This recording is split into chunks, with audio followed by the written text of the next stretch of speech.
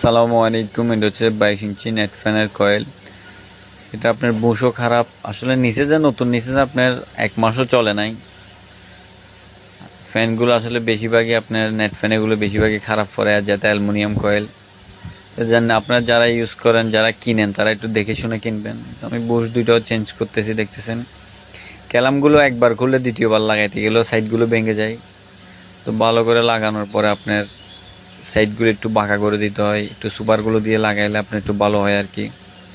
যারা এক একজন এক এক রকমের ফিটিং করে আসলে জিনিসটা। আমি দেখতেছেন ফিটিং করছি, বারবার খুলে যাচ্ছে, এখন আবার সাইডগুলো মারা দিচ্ছি ফিটিং করে। তারপর আবার এখানে একটু সুপারগুলো দিয়ে দিব, যেন জিনিসটা ক্লামগুলো যেন আর না ওঠে।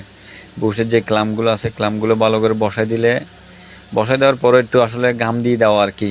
এরকম সাইডগুলো মারতে যাই স্ক্রুড্রাইভার দিয়ে, স্ক্রুড্রাইভারটা একটু বাঁকা করে ধরতে এমনি সবগুলো।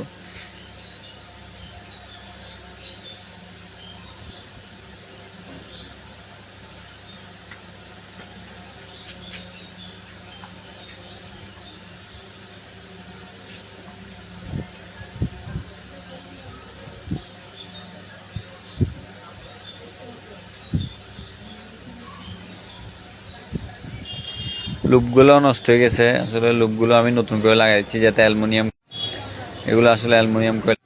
অ্যালুমিনিয়ামের জিনিস যে কোনো কয়েল আপনার একবার নষ্ট হলে নতুন করে আবার বাঁধতে হয়, বেশি দিন টিকে না। তামারগুলো আসলে টিকসই, এমনকি ভালো। আমি দেখেন ভালো করে শীষ কাগজ দিয়ে ঘষে আবার একটা পেপার দিয়েছি যাতে অ্যালুমিনিয়াম কয়েল একটু, আপনার যে কোনো অ্যালুমিনিয়াম কয়েল গরম হয় বেশি। আমি কেবলটা মার দিয়েছি সুন্দর করে।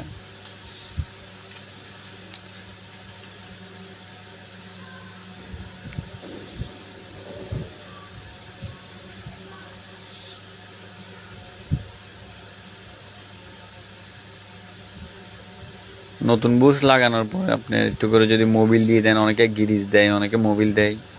গিরিজ দিলেও ভালো, মোবিল দিলেও ভালো, কিন্তু মোবিল থেকে একটু গিরিজ দিলে আপনার ভালো মানের গিরিজ দিলে ভালো আর কি। এখন চেক করতেছি সম্পূর্ণ ওকে, এটা হালকা মোবিল দিয়ে দিলাম আমি।